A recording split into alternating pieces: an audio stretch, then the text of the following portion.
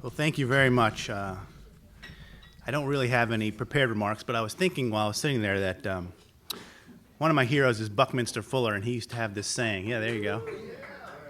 Actually, Bucky has a connection to the General Semantics. He gave the AK Memorial Lecture in 1955, and he taught at the summer seminars in the 1950s, and he cited Krzyzewski in his book, Synergetics. But anyway, he used to say, dare to be naive.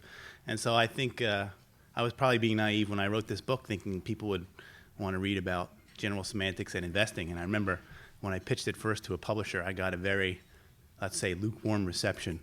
And they thought it wouldn't sell. And they were right. But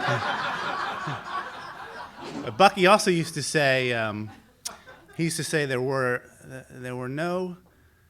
Well, first let me say, he had some interesting things to say about failure. So one time I remember he was being interviewed by Martin Pauly, who was an architectural critic, and basically called Bucky a failure. And he had a lovely answer, which I remember. Part of it says, he goes, failure is a word invented by humans. There is no failure in nature. And I thought Krzyzewski would really appreciate that.